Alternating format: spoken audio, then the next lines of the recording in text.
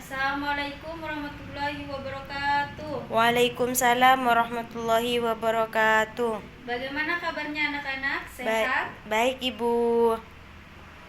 Alhamdulillah. Masih semangat untuk mengikuti pelajaran hari ini? Masih Ibu.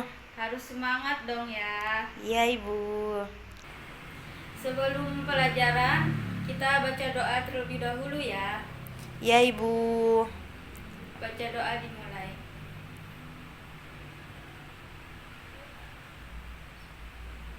Baca doa selesai. Hari ini hadir semua. Hadir Ibu, tapi ada yang izin. Absen terlebih dahulu ya. Iya Ibu.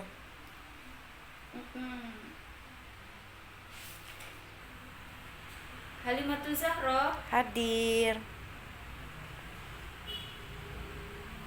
Maisaro Hadir Ibu. Siti Aisyah Izin Ibu, gak masuk. izin. Iya.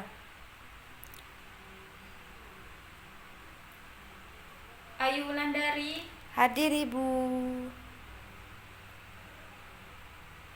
baik, berarti hadir semua ya. Cuman siapa tadi yang nggak hadir? Siti Aisyah. Izin kenapa ya Siti Aisyah? Gak tahu Bu, tapi izin katanya. Oh ya, baik, tak apa-apa. Baik, sebelum Ibu memulai pelajaran selanjutnya, Ibu mau nanya pelajaran minggu kemarin. Nah, kemarin kan kita sudah membahas tentang kegiatan ekonomi nih. Ya Ibu. Nah, apa kalian masih ingat pelajaran di kegiatan ekonomi itu ada apa saja? Ingat Ibu. Ada apa saja? Konsumsi, produksi, distribusi ya Ibu. Nah, betul sekali. Berarti kalian sudah paham ya pelajaran selanjutnya. Iya Ibu. Nah, baik. Berarti kita lanjut saja ya pelajaran yang sekarang, yaitu tentang faktor produksi. Nah, sekarang kita akan mulai pelajaran faktor produksi. Sebelumnya kalian, di antara kalian ada yang tahu nggak faktor produksi itu apa? Tidak Ibu. Atau produksinya? Atau ada yang tahu pengertian produksi menurut pengertian kalian? Ada yang tahu? Tidak Ibu. Baik. Produksi itu kegiatan untuk memenuhi berbagai macam kebutuhan masyarakat. Oleh karena itu diperlukannya pemahaman yang kuat terkait tentang faktor produksi. Nah, apa sih faktor produksi itu? Faktor produksi itu adalah sesuatu hal yang digunakan untuk pembuatan barang dan jasa. Nah, demi mendukung pertumbuhan ekonomi, faktor produksi itu adalah komponen yang harus diperhatikan untuk memperlancar proses pembuatan barang dan jasa. Nah, maka dari itu, faktor produksi itu unsur-unsur yang sangat penting yang dapat mempengaruhi kualitas barang dan jasa. Contohnya nih, ada pengusaha. Pengusaha itu harus memastikan faktor-faktor produksi yang harus siap sedia, karena jika satu hal saja yang terlewatkan, otomatis proses pembuatan barang dan jasa itu akan terhambat. Nah, sampai sini ada yang paham atau ada yang tidak mengerti tentang pengertian atau definisi dari faktor produksi? Paham Ibu. Paham. Lanjut ya. Ya Ibu. Lanjut, baik. Selanjutnya yaitu tujuan faktor produksi. Yang pertama yaitu meningkatkan aktivitas produksi. Faktor produksi akan memengaruhi jumlah barang dan jasa yang bisa dihasilkan oleh perusahaan. Oleh karena itu, apabila perusahaan berhasil mengoptimalkan faktor-faktor tersebut, maka barang dan jasa yang dihasilkan bisa menjadi lebih banyak. Yang kedua yaitu menciptakan lapangan kerja. Faktor-faktor produksi juga menciptakan peluang kerja untuk masyarakat.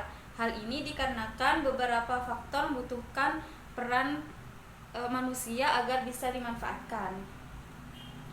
Dengan bertambahnya lapangan kerja, maka pendapatan masyarakat bisa meningkat serta sekaligus juga akan mengurangi jumlah pengangguran.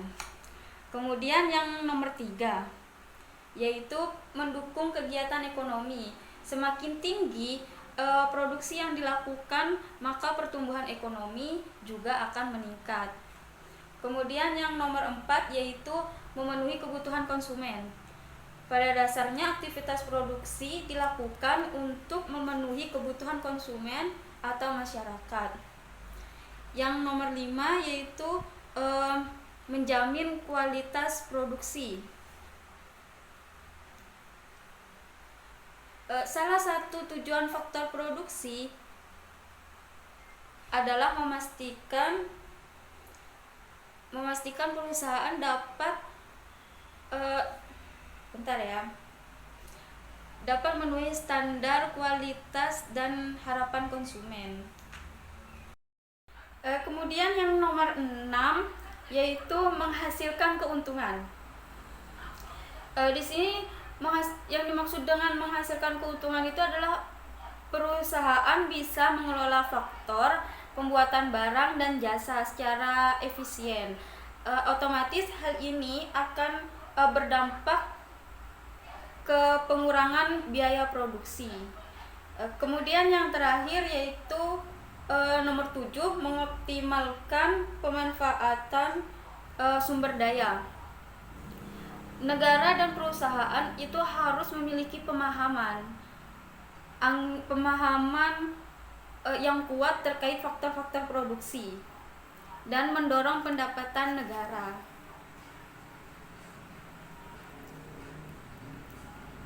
Sampai sini paham tujuan faktor produksi? Paham Ibu. Apa mau diulang? Udah Ibu, lanjut aja biar lekas selesai. Oh, baik. Selanjutnya di sini ada jenis faktor produksi. Yang pertama yaitu modal. Modal itu memiliki peran yang sangat penting untuk menggerakkan kegiatan ekonomi di suatu negara. Modal ini bisa mencakup berbagai hal seperti halnya itu peralatan, mesin, uang tunai, sampai keuntungan investasi. Modal yang tersedia itu harus dikelola dengan bijak agar perusahaan bisa meningkatkan produktivitas pembuatan barang dan jasa. Kemudian yang nomor 2 yaitu sumber daya alam. Sumber daya alam itu seperti halnya hutan, air, dan tanah itu dapat mengaruhi kelancaran aktivitas produksi. Kemudian yang nomor 3 yaitu sumber daya manusia.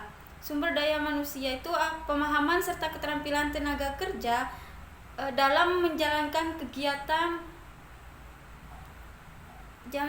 produksi akan mengaruhi kualitas barang dan jasa yang dihasilkan. Oleh karena itu, perusahaan itu bisa memberikan pelatihan secara rutin untuk meningkatkan kualitas tenaga kerja. Kemudian yang selanjutnya yaitu nomor 4 yaitu kemampuan kewirausahaan.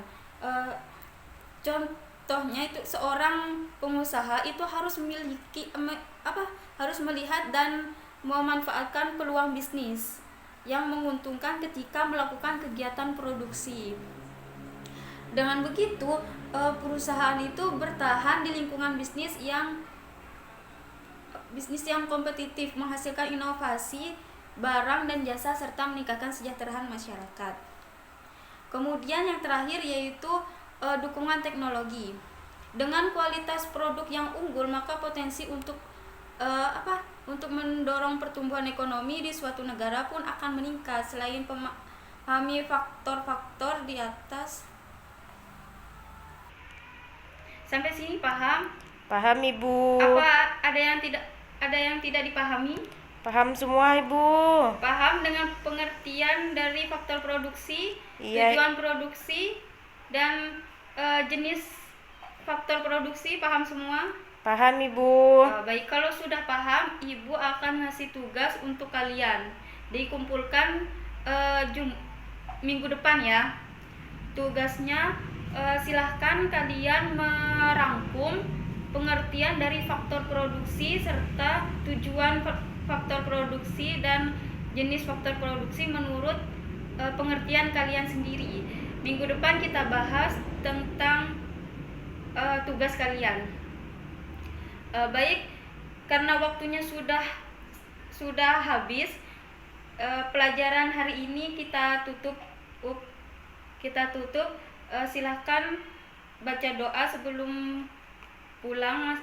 Silahkan baca doa. Doa dimulai. Baca doa selesai. Jika ibu ada salah, mohon maaf ya, tolong dimaafkan. Assalamualaikum warahmatullahi wabarakatuh. Waalaikumsalam warahmatullahi wabarakatuh.